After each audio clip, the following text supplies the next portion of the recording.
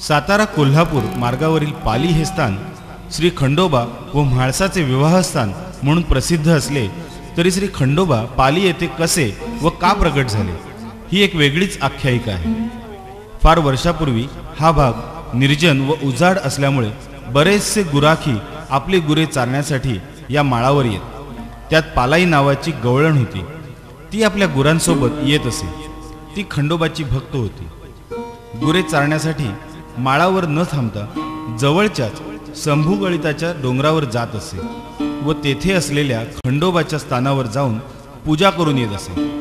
माळावर न थांबता पालाई दूर डोंगरावर जाते ही खबर तिच्या घरच्यांना समजताच त्यांना भलताच संशय येऊन तिला डोंगरावर जाण्यास बंदी घालण्यात आली। त्याच रात्री तिला स्वप्नात दृष्टांत झाला व एका विशेष जागी जाण्यास सांगितले गेले। त्यानुसार दुसऱ्या दिवशी पालाई त्या ठिकाणी गेली। तिच्या घरची मंडळीही तिचा पाठलाग करीत त्या जागेपर्यंत पोहोचले। तिथे पोहोचताच तेथील खडकाळ भूमीतून एकाएकी भंडारा उधळला जाऊ लागला व त्याच जागेवर पालाईची कपिला गाय दुधाच्या धारा सांडू लागली। त्या जागी पालाईने उकरताच खंडोबा लिंगद्वय रूपात प्रकट झाले। हर्षभराने तिने पूजा केली। पालाईच्या भक्तीने प्रसन्न होऊन खंडोबा प्रकट झाले व तिला वर मागण्यास सांगितले।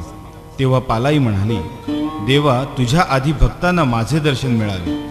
अशा रीतीने पालाईला गाभाऱ्याच्या प्रवेशद्वाराशी स्थान मिळाले व तिच्या नावावरूनच या खंडोबा क्षेत्रास पाली असे नाव मिळाले। पालाई गवळणीचे पुण्य शंकरच होता रे, मूळ शंकर।